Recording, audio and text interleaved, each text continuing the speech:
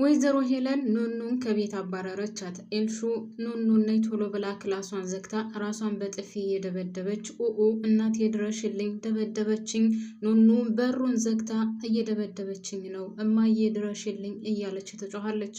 ወይዘሮ ሄለንም እየሮጠች ስትሄድ በሩ ተቆልፎ ስለነበር አንቺ ኑኑ ልጄን የሆነ ነገር ብታደርጊያት እገልሻለሁ፣ ይሄ የመጨረሻ ጊዜሽ ነው፣ አስጠንቅቄሻለሁ እያለች ውጭ ሆና ትጮኻለች። እንደምንም ብላ እች ከሲና ተንከሲስ የሆነች ኤልሹ በሩን ትከፍተዋለች። ፊቷ በርበሬ መስሎ ነበር።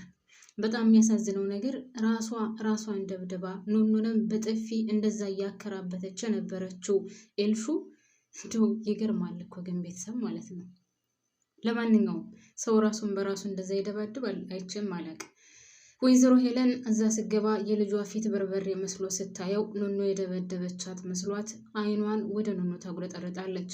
ኑኑዬም እኔ ምንም አላደረግኩኝም እባክሽ ተይኝ፣ ራሷ ናት ያደረገችው ብትላትም እማዬ ተያት፣ እሷ ናት እንደዚህ ያደረገችው፣ ያ እሷን ያ እኔን እስከዛሬም ድረስ ነግሬሻለሁ፣ ከአሁን በኋላ ይች ልጅ ከቤት የምትቀመጥ ከሆነ እማዬ እኔ ወጥቼ ሄድልሻለሁ ትላታለች።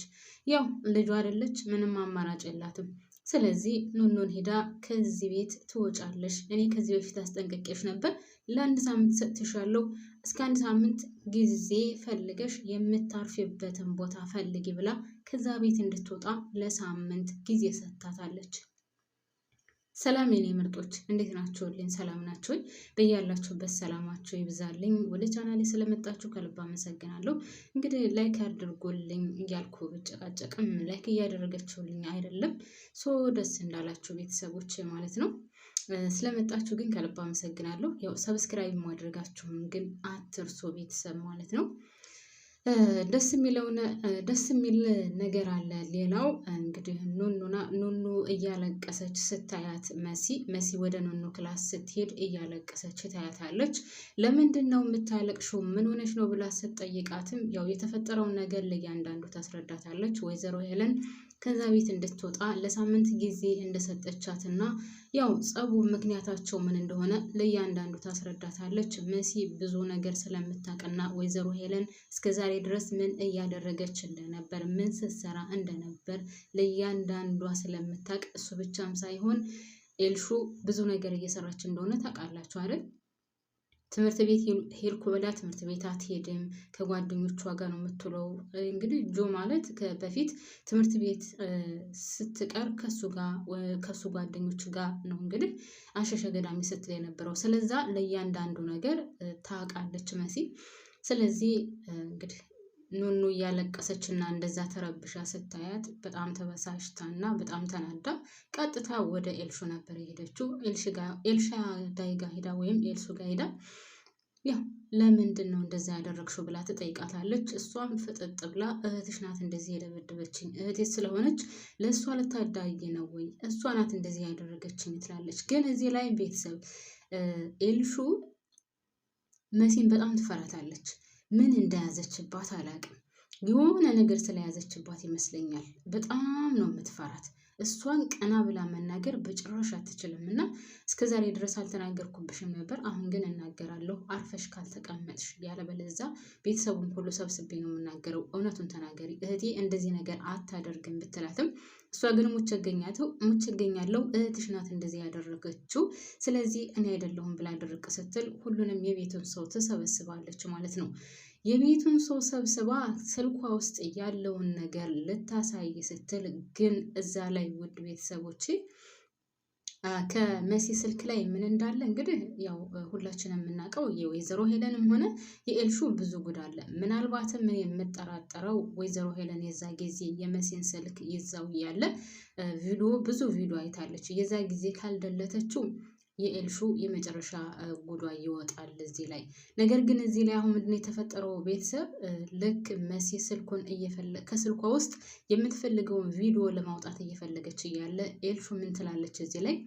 በቃ ይቅርታ አድርግልኝ፣ እኔ ነኝ ያደረኩት፣ እኔ ነኝ ራሴን የደበደብኩት፣ በሩን ዘግቼ እኔ ራሴ ነኝ ይሄንን ነገር የፈጸምኩት ትላለች ማለት ነው። እንደዚህ ስትል ግን ቤተሰብ ራሷን ተዋርዳ እናቷንም ታዋረዳታለች። ካስታወሳችሁ ልክ ኑኑን ወይዘሮ ሄለን ተቆጣት።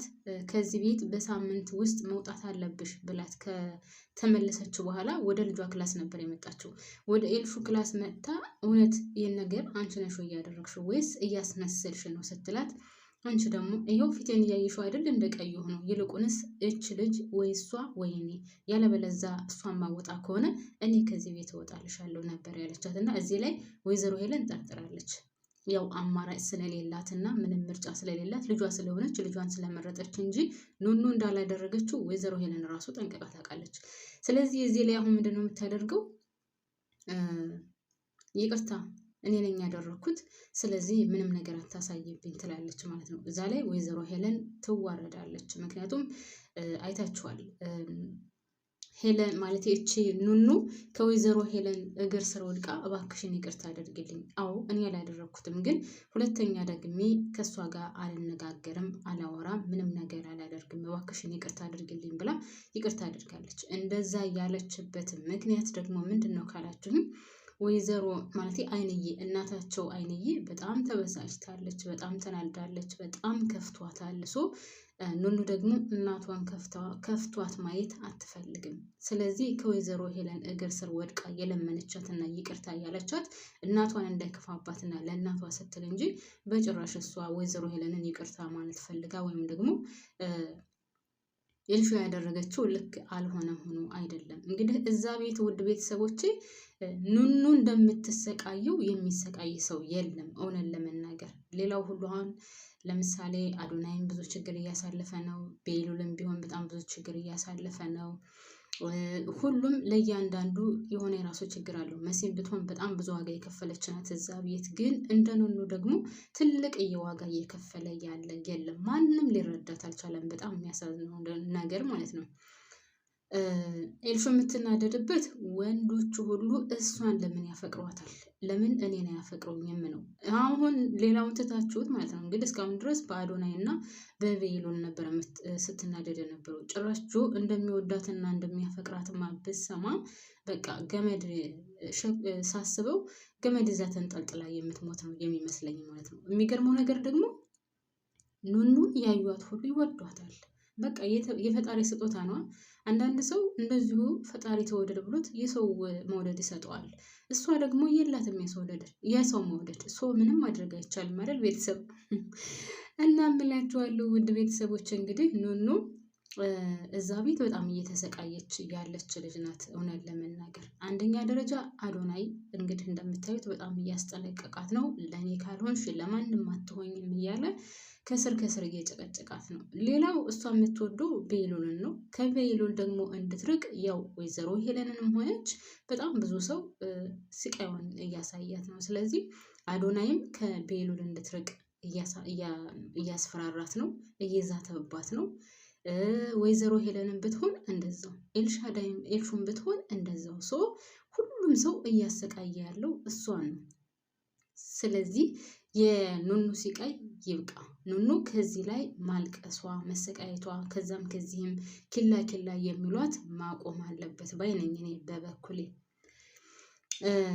ያ ቪዲዮ እንግዲህ ምናልባት ላታሳየው ትችላለች እዛ ውስጥ ማለቴ መሲ ከስልኳ ውስጥ ወይ ቪዲዮ ላይኖር ይችላል፣ ወይም ደግሞ ኤልሹ አይ እውነት ነው እኔ ነኝ ያደረኩት ኑኑ ምንም አላደረገችኝም ልትል ትችላለች ማለት ነው። እና ውድ ቤተሰቦቼ ድራማው በጣም የሚያሳዝን ነው በነገራችን ላይ። በዛ ላይ ደግሞ ቤሉል ኑኑ በጣም እያለቀሰች ስለነበረ መሲ ወደ ውጭ መውጣት አለብሽ፣ በቃ ወደ ውጭ ውጭና አየር መቀበል አለብሽ ብላ ወደ ውጭ እንድትወጣ ካደረገቻት በኋላ ቤሉልን ደውላ ናቶሎ ኑኑ ወጥታለች አብራችሁ ተናፈሱ ብላው ነበርና ሁለታቸው ለመገናኘት ኑኑ ወጥታለች። እሱም እሷን ፍለጋ ሲመጣ ጆ ደግሞ እዛ ቆሞ እየጠበቃት ስለነበረ ጆ ያገኛታል ኑኑን ማለት ነው። እሱ እዛ ቆሞ ሲያናግራት እንግዲህ ቤሉል እየሮጠ መጥቶ እጁን ወደዛ ገፍትሮ እሱ ይዟት ይሄዳል። ሁለታቸው አብረው እየሄዱ እያለ አያናግረኝም እንዴ አታናግረኝም እንደ እየተባባሉ በውስጣቸው እያወሩ ነበር። ነገር ግን እሱ ገፍቶ አናግሯታል ኑኑን ማለት ቤሉል ለምንድን ነው የምትርቂኝ? ለምንድን ነው እንደዛ እያደረግሽ ያለሽው? እኔ ወድሻለሁ፣ አፈቅርሻለሁ እረፊ ሲላት እሷ ምን ትመልስ? እሷም ትወደዋለች፣ ታፈቅረዋለች፣ ግን ምንም አማራጭ የላትም። በዛም በዚህም እያጣድፏት ነው ያሉት። ስለዚህ በቃ ተወኝ፣ አታስጨንቀኝ ነበር ያለችው። እንደምትወዱ አስታውቃን ሲጀመር እና ከአዶናይ ጋር ያለሽ ግንኙነትስ ምንድን ነው? ትወጂዋለሽ ወይ ታፈቅረዋለሽ ሲላት ይህንንም መመለስ አልቻለችም። ምክንያቱም እሷ የምትወደውና የምታፈቅረው አንድና አንድ ብቻ ነው። አንድና አንድ ማን ነው ካላችሁኝ እሱኑ ቤሉልን ነው የምታፈቅረው። ነገር ግን ከቤሉል ጋር ለመኖር ምንም አይነት ተስፋና ምንም አይነት ጊዜ የላትም፣ አይኖራትም። አንደኛ ወይዘሮ ሄለን፣ ሁለተኛ ኤልሹ፣ ሶስተኛና ዋነኛው ደግሞ አዶናይ ነው። አዶናይ እንግዲህ ጥፍር አድርጎ ይዟታል እንደምታዩት። ሌላውን ተውትና ከኤልሻዳይ ጋር ራሱ ከኤልሹ ጋር ማለት ነው እንዴት እንደተደባደበና ኤልሹን እንዴት እንዳሰቃያት እንግዲህ እሷን በጣም ይወዳት ነበር። እሷ ራሱ በጣም ነበር የደነቃት።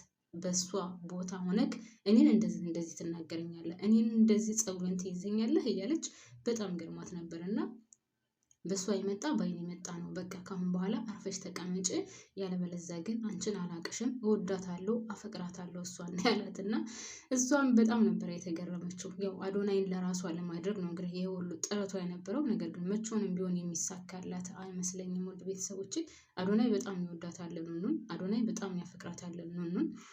በነገራችን ላይ እውነት ያፈቅራታል አዶናይ። የዛ ጊዜ ታግታ እንኳን እያለ አባቱ በሞተ በስንተኛው ቀን ነው እሷ ታግታ የነበረው። ነገር ግን ቤቲም ቢሆን ሽጬ ከታገተችበት አወጣታለሁ ነው ሲል የነበረው። እና እውነት በጣም ይወዳታል፣ ያፈቅራታል። እሷ ደግሞ አሁን ከኋላ የመጣውን ቤሉልን ነው የምትወደው የምታፈቅረው። እና ብቻ በጣም ከባድ ነው። እኔ በአዶናይም ቢሆን አልፈርድበትም። በነገራችን ላይ ወዷታል። የወደዳት ደግሞ ቤሉል ከመምጣቱ በፊት ነው።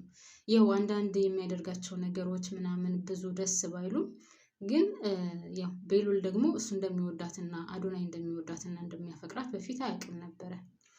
ሁለቱም አሁን ወደዋታል። ሶስተኛ ጆም ተጨምሮበታል። አራተኛ ማን ይመጣ ይሆን ትላላችሁ? ለማንኛውም